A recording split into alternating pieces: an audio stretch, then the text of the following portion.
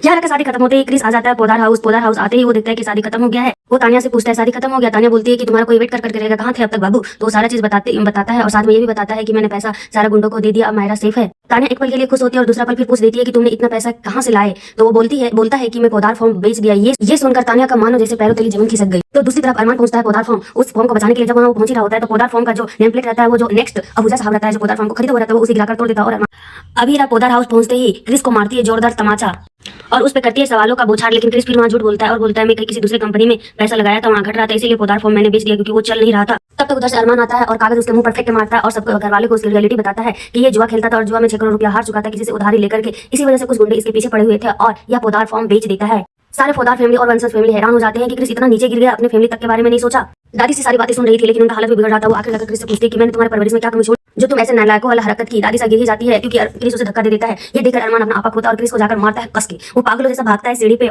सबके बारे में उसकी गलतियां गिनवाने लगता है कि मैंने पोदार फॉर्म चलाया, ये किया वो किया। अरमान को बोलता है तुम 8 साल तक कहाँ थे। सबके बारे में वो बुराई करने लगता है। वो ऐसे प्रूफ अपने आप को करना चाहता है कि सबसे सही तो वही है और सही काम किया। वो पागल जैसा तो सीढ़ी पर पहले भागता है और वहाँ खड़ा होकर सबके बारे में बुराई करने लगता है, चाहे वो संजय जी हो, मनीष जी हो या फिर माधव जी हो या खुद अरमान ही क्यों ना हो। और वो बोलता भी एक पल के लिए ही सही, लेकिन वो जो भी किया वो बहुत गलत किया हुआ। इससे दादी सा की स्थिति काफी ज्यादा बिगड़ी।